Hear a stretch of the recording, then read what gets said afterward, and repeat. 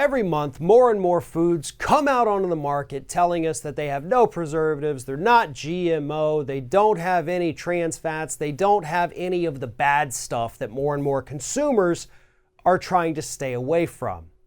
But as we're finding out pretty much each and every month, a lot of these foodstuffs actually do end up containing the very things that they're marketing that they don't contain. And that happens to be the case with some of Annie's homegrown food products. Joining me to talk about this is Scott Hardy from Top Class Actions. So Scott, we've talked a lot about products mislabeling what's in their foods, and it looks like we've got another one here with this Annie's homegrown with their pastas and their fruit snacks. Take it away. What's happening with this one?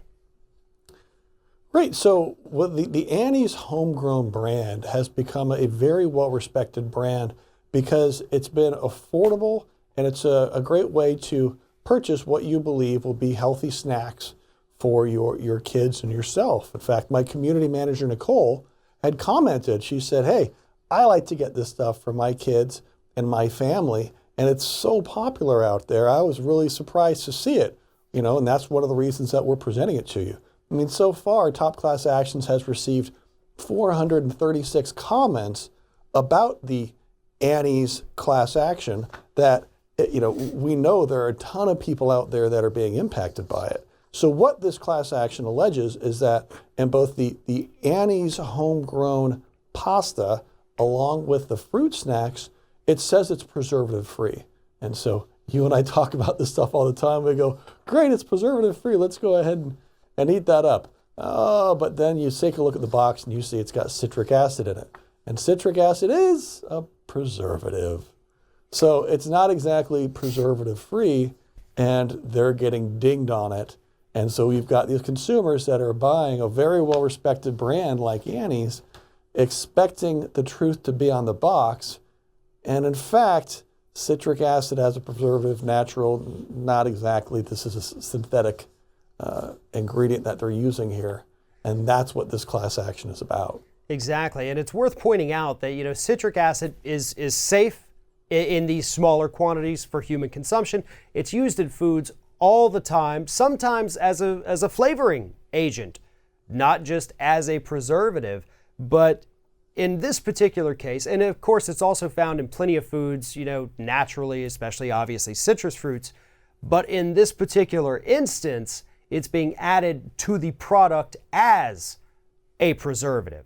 This is not for the flavoring. This is not because it needs to be in there or because it's a natural part of what is in there.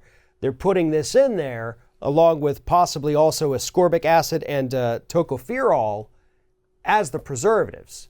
So there's really not a whole lot of wiggle room that they have here. You're telling us there's no preservatives.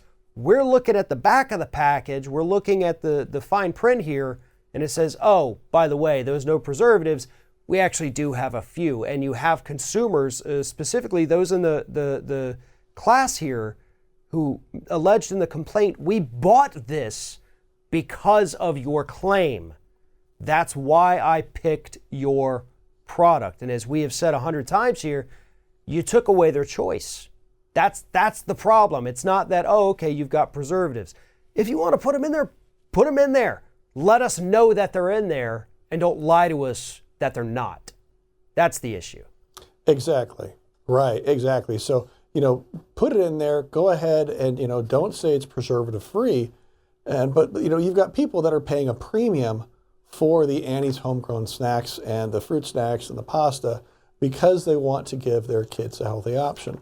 And so if people knew that this wasn't truly, according to the class action, preservative free, they might not go ahead and pay the Annie's homegrown tax, so to speak, to get the added value of being part of the Annie's brand. They might go for a less expensive option. And it's important to note with this class action that this one right now is seeking to represent New York residents only. But with this, we could very likely see it expand to a national level, especially if it's certified in federal court. So even though, if you're outside of New York, have no fear, you want to keep an eye on this, we'll likely see this expand to a nationwide basis in any potential settlement in the future. And a lot of the reason people try to go for these no preservative foods is obviously if there's no preservatives, that means it does not have a very long shelf life. So they assume, they see it on the box, no preservatives. This is a fresher product. This is a newer product. It hasn't been sitting in the back of the store for 6 months. I want to go with this. So that's also a lot of the problem here, is that people think they're getting something fresher than it actually is. And once again, as always, it just comes down to be honest about what you're putting in your products, and then we won't have any problems at all. But unfortunately, that little just be honest thing is sometimes a little too much for some companies. For more information on this particular issue, follow the link in the description of this video. Head to topclassactions.com, and while you're there, sign up for the newsletters. Get all of the important issues consumers need to know about delivered to your inbox every single week. Scott Hardy, topclassactions.com. I appreciate your time today. Hey, thanks, Brian. Appreciate your time as well.